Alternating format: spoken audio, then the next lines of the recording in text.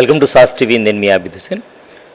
Super 6 super hit అంటూ Telugu Desam party చెబుతోంది. ఈ నేపథ్యంలో బహిరంగ సభలు కూడా నిర్వహిస్తున్నారు. దీని మీద మరి మీరేమంటారు? ఎన్నికలకు ముందు అనేకమైనటువంటి హామీలు ఇచ్చి వాటిలో ప్రధానంగా సూపర్ 6తో మీ జీవితాలు మారిపోతాయి అని ప్రతి ఇంటికి కూడా బాండ్లు ఇచ్చి ఓట్లు వేయించుకున్నటువంటి పరిస్థితి మనం చంద్రబాబు నాయుడు గారు చేసింది చూసినాం. అంటే టెక్నాలజీని ఆయన ఎంత చక్కగా ఉపయోగించుకున్నాడంటే వాళ్ళ ఫోన్ నెంబర్స్ని తీసుకొని వాళ్ళ ఓటీపీలు తీసుకోవడం, వాళ్ళకి మెసేజ్ పెట్టడం, మీకు సంవత్సరానికి ఎంత వస్తుంది, మీ ఇంట్లో ఎంతమంది ఉన్నారు, ఈ పథకాల ద్వారా ఎంత వస్తుంది అని చెప్పి ఓట్లు వేయించుకొని ఈరోజు ముఖ్యమంత్రి అయిన తర్వాత ఈ పథకాలను చూస్తే నాకు భయం వేస్తుంది అని చెప్పినటువంటిది మనం చూసినాం. అదేవిధంగా గతంలో అన్ని హామీలు నెరవేరుస్తూ కూడా సుమారుగా సంవత్సరానికి 50,000 నుంచి 60,000 కోట్ల రూపాయలు మనకి అప్పులు అవుతా ఉన్నాయి. మరి ఈరోజు ఏ పథకాలు అమలు చేయకుండానే సుమారుగా 1,50,000 కోట్ల రూపాయలని చంద్రబాబు నాయుడు గారు సంవత్సరానికి అప్పులు చేసి ఈ రాష్ట్రాన్ని దివాలా తీసే పరిస్థితి ఏర్పరుస్తూ కూడా పేద ప్రజలను ఆదుకోకుండా ఈరోజు మనీ రొటేషన్ లేక ఏ వ్యాపారం కూడా జరగట్ల. పేద ప్రజలు సంతోషంగా ఉంటే వాళ్ళకి కొనుగోలు శక్తి పెరిగి వ్యాపారాలు పెరుగుతాయి, రియల్ ఎస్టేట్ పెరుగుతుంది, డెవలప్మెంట్ ఉంటుంది, అన్నీ ఉంటాయి. మరి ఇలాంటిది ఏమీ లేకుండా ఈరోజు చంద్రబాబు నాయుడు గారు చేస్తున్నటువంటి పరిస్థితి చూస్తూ ఉన్నాం. పైపెచ్చి ఈరోజు సూపర్ 6 సూపర్ హిట్ అని చెప్పుకోవడానికి సిగ్గుపడాల. జగన్మోహన్ రెడ్డి గారు 100 చెప్పి 99 చేసినా కూడా నేను ఆ ఒక్కటి చేయలేకపోయినానే అని చెప్పి బాధపడే మనస్తత్వం ఉన్నటువంటి వ్యక్తి జగన్మోహన్ రెడ్డి గారు. చంద్రబాబు నాయుడు గారు ఎంత నీచంగా ఈరోజు ఆయన చెప్పినటువంటి ఏ హామీ కూడా నెరవేర్చకుండా నేను అన్నీ చేసేసానంటాడు. ప్రధానంగా మీరు చెప్పింది ఏంటి?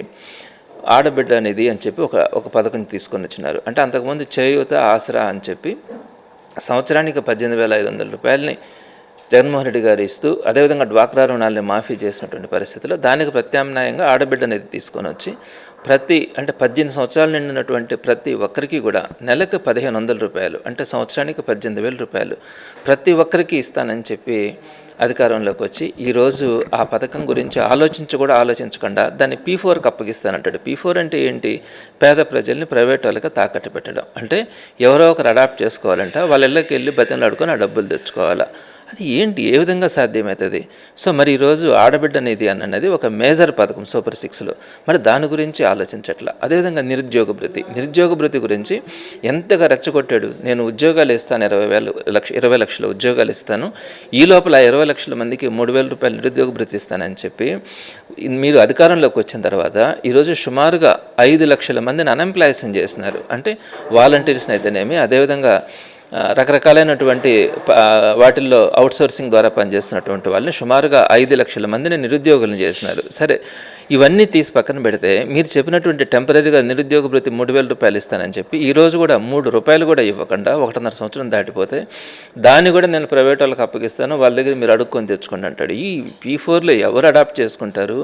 వాళ్ళని ఎవరు కోఆర్డినేట్ చేస్తారు? ఆ డబ్బులు వీళ్ళకి ఎవరు ఇప్పిస్తారు? దాని గురించి ఎలాంటిది ఆలోచించుకోకుండా సరే చేయకపోయినా నేను ఇంకా కొన్ని చేయాల్సి ఉంది, చేస్తానంటే పర్వాలే, సూపర్ 6 అన్నీ చేసేసినాను, ఇది సూపర్ హిట్ అయిందని చెప్పుకోవడానికి సిగ్గైనా ఉండాలి కొంచెమైనా కూడా. మెగా డిఎస్సి అమలు చేసాము, 16,000 పోస్టులు భర్తీ చేయబోతున్నామని చెప్తున్నారు. దీని మీద మీరేమంటారు? మెగా డిఎస్సి అది కూడా మీరు ఒకసారి ఆలోచించండి. జూన్ 4వ తేదీన ప్రమాణ స్వీకారం అని చెప్పిన తర్వాత మొట్టమొదటి సంతకం మెగా డిఎస్సి మీద పెట్టినారు. జగన్మోహన్ రెడ్డి గారు అధికారంలోకి వచ్చిన తర్వాత వచ్చినటువంటి 3 నెలల లోపలనే 1,60,000 ఉద్యోగాలు, 1,60,000 రెగ్యులర్ ఉద్యోగాల్ని సింగిల్ నోటిఫికేషన్ ద్వారా చేసేసి 3వ కంటికి తెలియకుండా క్లోజ్ చేసినారు. ఈ రోజుకి మీరు 16,000 ఉద్యోగాలు, 16,000 అవి 1,60,000. ఈ 16,000 ఉద్యోగాలకి 16 నెలలు అయింది ఇప్పటికి ఈ సంతకం పెట్టి మెగా డిఎస్సి మీద మొట్టమొదటి సంతకం అని చెప్పి ఒక మంచి పేనా తీసుకొని సంతకం పెట్టినటువంటి పరిస్థితి చూసినాం. మరి ఈ రోజుకి కూడా ఎన్నిసార్లు మీరు కోర్టులో వేయిస్తూ ఉండారో దాన్ని ఏ విధంగా స్టేలు తెప్పించుకుంటూ ఉండారో ఈ రోజుకి కూడా దాన్ని ముందుకెళ్ళే పరిస్థితి కనిపించడం లేదు. ఆ 16,000 ఉద్యోగాలకి 5 లక్షల మంది ప్రిపేర్ అయినారు. మీరు ఎగ్జామ్ కూడా రాసిన వాళ్ళు కూడా 5 లక్షల మంది ప్రిపేర్ అయినారు. వచ్చేది మీరు 16,000, 16 నెలలు అయింది. ఈ రోజుకి కూడా ఇంటర్వ్యూస్ పూర్తయి ఒక పక్క స్కూల్స్ స్టార్ట్ అయ్యి అక్కడ స్టాఫ్ లేరు. ఇలాంటి పరిస్థితుల్లో మీరు చెప్తున్నటువంటిది మళ్ళీ చెప్తారు మేము 16,000 ఉద్యోగాలు ఇచ్చేసినాం అని చెప్తారు. దీర్ఘం తీసి 16,000 ఉద్యోగాలు యాడ్ ఇచ్చినారు, సుమారుగా 5 లక్షల మంది నిరుద్యోగులను చేసినారు. ఏదో ఒక రూపంగా వాళ్ళు బతుకుతూ ఉన్నారు. అక్కడ లిక్కర్ షాప్స్లో కొంతమంది పనిచేస్తూ ఉన్నారు, అదేవిధంగా ఈ రేషన్ షాప్కి సంబంధించినటువంటి వెహికల్స్లో కొంతమంది పనిచేస్తూ ఉన్నారు. ఇట్లా అనేక రకాలైనటువంటి వారందరినీ కూడా రోడ్డు మీద పెట్టేసి ఈ 16,000 ఉద్యోగాలను కూడా ఇవ్వకుండా మేము అది కూడా చేసేసినాం అని చెప్తే ఇవన్నీ కూడా సిగ్గుమాలిన పనులు అని చెప్పి ఈరోజు ప్రజలందరూ కూడా భావిస్తూ ఉన్నారు. అలాగే మెడికల్ కాలేజెస్ తీసుకుంటే పీపీపీ మోడ్లో అభివృద్ధి చేస్తామని వాళ్ళు చెప్తుంటే మీరు వ్యతిరేకిస్తూ ఉన్నారు. ఈ పీపీపీ మోడ్ని వ్యతిరేకించడానికి కారణం ఏంటి? ఇప్పుడు ఒకటి, స్వాతంత్రం వచ్చిన తర్వాత మన ఆంధ్ర రాష్ట్రంలో, అంటే విభజిత ఆంధ్ర రాష్ట్రంలో 13 ఉమ్మడి జిల్లాలకు సంబంధించిన రాష్ట్రంలో కేవలం 11 ప్రభుత్వ మెడికల్ కాలేజీలు మాత్రమే ఉన్నాయి. 11 ప్రభుత్వ మెడికల్ కాలేజీలు స్వాతంత్రం వచ్చినప్పటి నుంచి జగన్మోహన్ రెడ్డి గారు వచ్చే ముందు వరకు కూడా. అందులో 2 మెడికల్ కాలేజీలు రాజశేఖర రెడ్డి గారు, మన నెల్లూరులో ఉన్నటువంటి గవర్నమెంట్ ఏసీఎస్ఆర్ మెడికల్ కాలేజీ కూడా రాజశేఖర రెడ్డి గారు దాన్ని ప్రారంభించింది. ఇలా మొత్తం 11 మెడికల్ కాలేజీలు ఉంటాయి.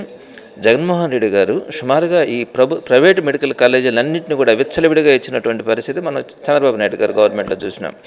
ఏం చేస్తూ ఉన్నారు, ఒక్కొక్క మెడికల్ కాలేజీలో సుమారుగా డిగ్రీకి అయితే, అంటే ఎంబీబీఎస్కి అయితే ₹1 కోటి ఫీజు తీసుకుంటారు, సి కేటగిరీలో కానీ ఎన్ఆర్ఈలో కానీ. అదేవిధంగా పీజీకి వచ్చేటప్పటికి 3 కోట్లు తీసుకుంటున్నారు. సూపర్ స్పెషాలిటీ కనుకైతే 4 కోట్లు తీసుకుంటా ఉన్నారు. ఇన్ని కోట్ల రూపాయలు ఖర్చులు పెట్టి చదువుకున్నాడు ఎవడైనా ప్రజలకు ఉపయోగపడాలా, ప్రజలకు మంచి చేయాలనే ఆలోచన వాళ్ళకి ఎట్లాంటి పరిస్థితుల్లో కూడా ఉండదు. సో వాడు ఉచితంగా కనుక చదువుకోగలిగితే 10 మందికి ఉపయోగపడాలా, వాడు ₹10 సంపాదించుకోవాలనే ఆలోచనలు ఉంటాయి.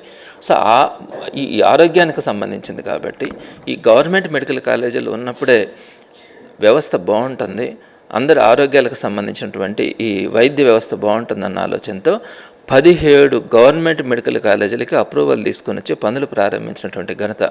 సుమారుగా ఈ 17 మెడికల్ కాలేజీలు కనుక కంప్లీట్ చేయాలనుకుంటే సుమారుగా 8,000 చిల్లర కోట్ల రూపాయలు ఖర్చు అయ్యే పరిస్థితి ఉంటుంది. దానికి సంబంధించినటువంటి సెంట్రల్ గవర్నమెంట్ షేర్స్ కానీ, నాబార్డు కానీ ఇవన్నీ కూడా తీసుకొని వీటన్నిటిని కంప్లీట్ చేయాలన్న ఆలోచనతో వాటన్నిటిని పనులు కూడా 5 సంవత్సరాల్లో, 2 సంవత్సరాలు కోవిడ్ ఉన్నా కూడా 3 సంవత్సరాలలోనే ఈ పనులన్నింటినీ కూడా ప్రారంభించడం జరిగింది. వాటన్నింటినీ కూడా ఈ కాలేజీలన్నింటినీ 17 కాలేజీలని మీరు తెచ్చిందన్ని 11, ఎన్ని కొత్త కాలేజీ మీరు తెచ్చింది కాదు, స్వాతంత్రం వచ్చినప్పటి నుంచి జగన్మోహన్ రెడ్డి గారు ఉన్నంత వరకు ఉన్న కాలేజీలు 11 అయితే 17 కొత్త కాలేజీలను తీసుకొని వస్తే దాన్ని అప్రిషియేట్ చేయాల్సినటువంటి అవసరం ఉంటుంది భారతదేశంలోని అందరూ కూడా. సో ఈ 17 గవర్నమెంట్ మెడికల్ కాలేజీలు అన్నింటినీ కూడా ప్రారంభించి కొన్నింటిని 80%, 50% అన్నీ కూడా పూర్తి చేసి చాలా వరకు వాటిని తీసుకొని వస్తే ఈరోజు వాటి పనులు కంప్లీట్ చేయకపోగా వాటన్నిటిని నేను ప్రైవేట్ వాళ్ళకి ఇచ్చేస్తానని చెప్తున్నాడు. ప్రైవేట్ వాళ్ళు కూడా ఎవరు, ఆయన దగ్గర ఎవరైతే మినిస్టర్స్ ఉన్నారో, ఆయన చుట్టూరు ఎవరైతే కోటరీలో ఉన్నారో వాళ్ళందరికీ కూడా వీటిని దారాదత్తం చేసి ప్రైవేట్ పరం చేసి వాళ్ళ ఇష్టం వచ్చినట్టు అమ్ముకోవచ్చు. ఎక్కడ కూడా బి కేటగిరీ, సి కేటగిరీ సీట్స్కి సంబంధించి వాళ్ళ ఇష్టారాజ్యం కోట్ల రూపాయలకు వాటన్నిటిని కూడా అమ్ముకునే పరిస్థితి ఈరోజు మనకి ప్రైవేట్ కాలేజీల్లో కనపడతా ఉంది. ఆ పరిస్థితుల్లో ఈ 17 మెడికల్ కాలేజెస్ని సుమారుగా కొన్ని కాలేజెస్ అయితే కంప్లీట్ చేసేసి అవి వర్కింగ్లో కూడా వచ్చేసినాయి, వాటిని కూడా ఇప్పుడు P4లోకి ఇచ్చేస్తానంటున్నాడు. అంటే కంప్లీట్ చేసినటువంటి కాలేజీలు 6 కాలేజీలు ఉన్నాయి. ఈ 6 కాలేజీలు ఇప్పుడు అడ్మిషన్ ప్రాసెస్లోకి ముందుకు వచ్చి ఉన్నాయి. వీటిని కూడా ఇప్పుడు P4లో ప్రకారం ఆయన చుట్టూ ఉన్నటువంటి కోటరీ మనుషులకి వాటిని దారాదత్తం చేయాల్సిన పరిస్థితి ఎందుకు వచ్చింది? ఒక పక్క పోర్టులను తీసుకొని వస్తే ఎక్కడ కూడా స్వాతంత్రం వచ్చిన తర్వాత రానటువంటి పోర్టులను కానీ, ఫిషింగ్ హార్బర్స్ని కానీ, అదేవిధంగా నేషనల్ హైవేసే కాదు, నేషనల్ హైవేస్ అంటే ఇటు తిరిగి టోల్ గేట్లు పెడతా ఉన్నారు, స్టేట్ హైవేస్ కానీ, R&B రోడ్స్ కానీ, వీటితో పాటు ఈరోజు ఈ గవర్నమెంట్ మెడికల్ కాలేజీలను కూడా ప్రైవేటు పరం చేసేస్తానని చెప్పి ప్రతి ఒక్కటి కూడా ఆ ప్రైవేటు పరం చేసే క్రమంలో ఆయన చుట్టూరు ఉన్నటువంటి మంత్రులు కానీ, ఆయన చుట్టూరు ఉన్నటువంటి కోటరీకి మాత్రమే వీటన్నిటిని కూడా వ్యవస్థలన్నింటినీ వాళ్ళ చేతుల్లో పెట్టేటువంటి పరిస్థితి ఉంది.